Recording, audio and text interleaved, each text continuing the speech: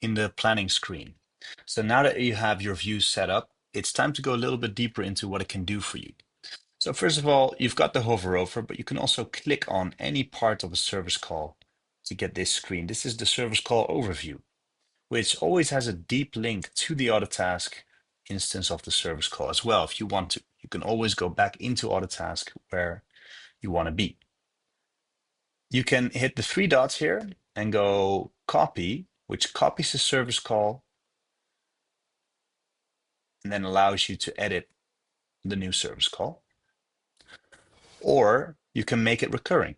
That gives you the same recurring options that you're probably used to in Outlook, where you can say, does it repeat weekly, monthly, yearly, every 2 weeks, starts, ends, etc.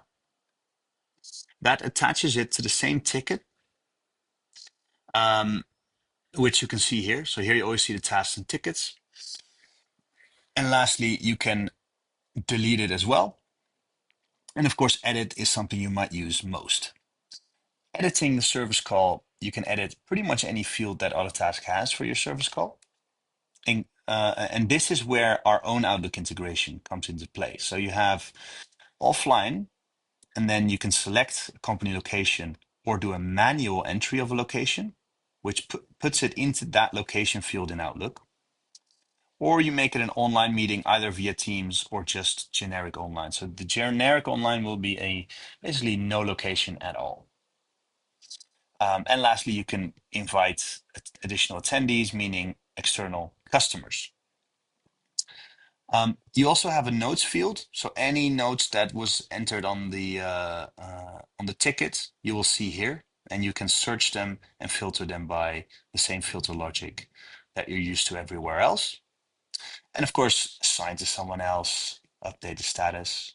Now, it's good to note that when you create a service call by dragging a ticket into a calendar, you already have an automation kicking off to what the status should be.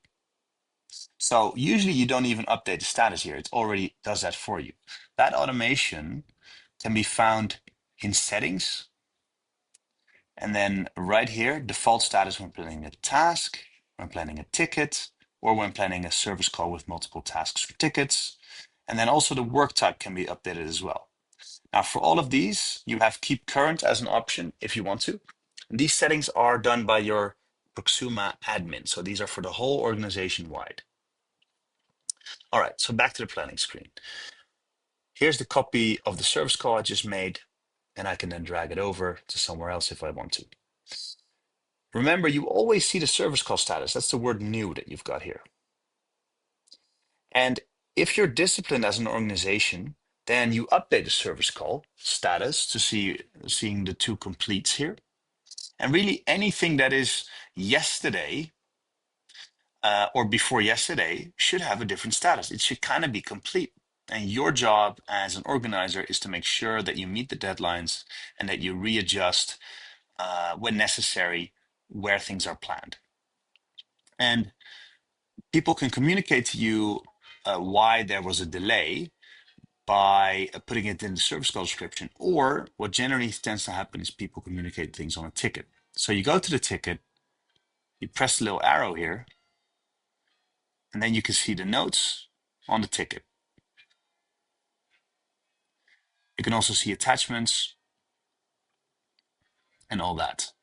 Now, if you want to get the full ticket screen, you got the three dots, you do open full, where you can see checklists, service calls, notes, hours, charges. And you can add work hours, add notes, add charges. Notes, adding even allows you to add an attachment directly from your computer. If I want to edit anything else, I go to the edit screen, allowing me to edit anything about this ticket that I want. And if I X out of here, I'm still in the service call, and then I X out again, and I'm back in my normal screen. So all of this editing that I've been able to do, I can also do that in bulk. There's two ways to get to the bulk edit feature. Either you click on the pencil and select what you want to edit. If I select tasks, It's going to be very difficult because there are no tasks. And remember, these are all service calls. So really in this planning screen, it's always service call, and then you hold shift to select multiple items. See that? If I want to escape, I hit escape.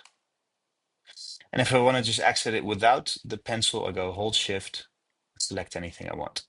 Now this item has occurrences. Do you want to select all occurrences? Meaning it's a recurring service call. So then I'll select all of them. How do I know it's a recurring service call? I've got this little rotating arrow here. All right. Now, what do I want to do? Let's say I want to update the status of these recurring service calls. I go to the bulk edit pencil, click next. I can see my selection. I can search more. I can do any filter that I want on any of these columns and do any sort I want on any of these columns. And then I go edit. And here's what I can adjust. Any of the general fields like status, dates, meaning shift by a day or a week, or give it to someone else, or maybe make everything a Teams meeting. And you can do all of this at once. So I'm going to complete all these and make them a Teams meeting online. And I'm happy with that. I'm going to hit save changes. Oh. Yeah, I selected that.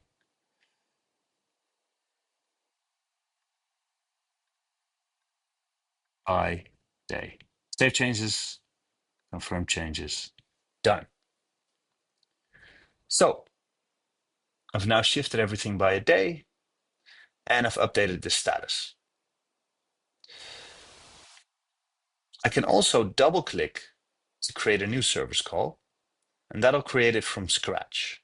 No ticket attached. You can also create a time or time off event, which are generic events that'll block off the Proxuma calendar and the Outlook calendar, but not Autotask.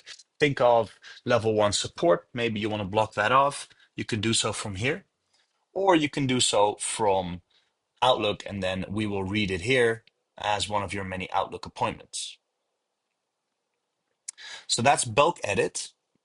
Last thing I wanted to go into is capacity view. So first I showed you that this line here indicates actual hours, planned hours, overbooked, underbooked, right? The vertical line shows actual hours that people log in Autotask, and that pushes across.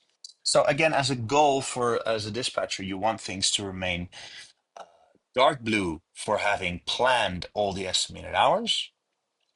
And you want this horizontal bar at the end of the day to be full, but not beyond.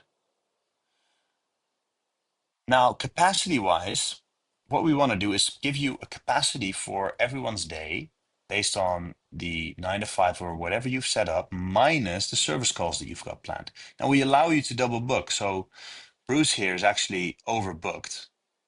So I'll move this across, slot it in.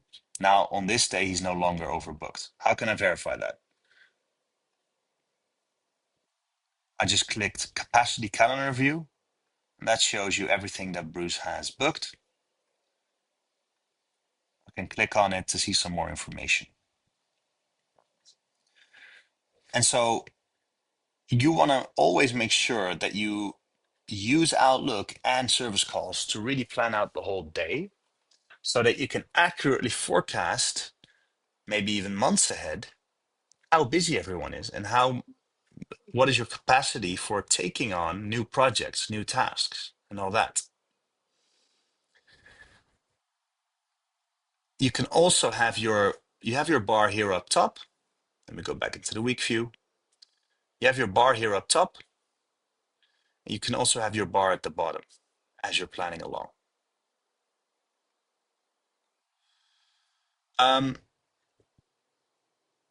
You can also create anything from the top here, but I wouldn't create a project from here because this is not the project screen. That's where we're going to go next.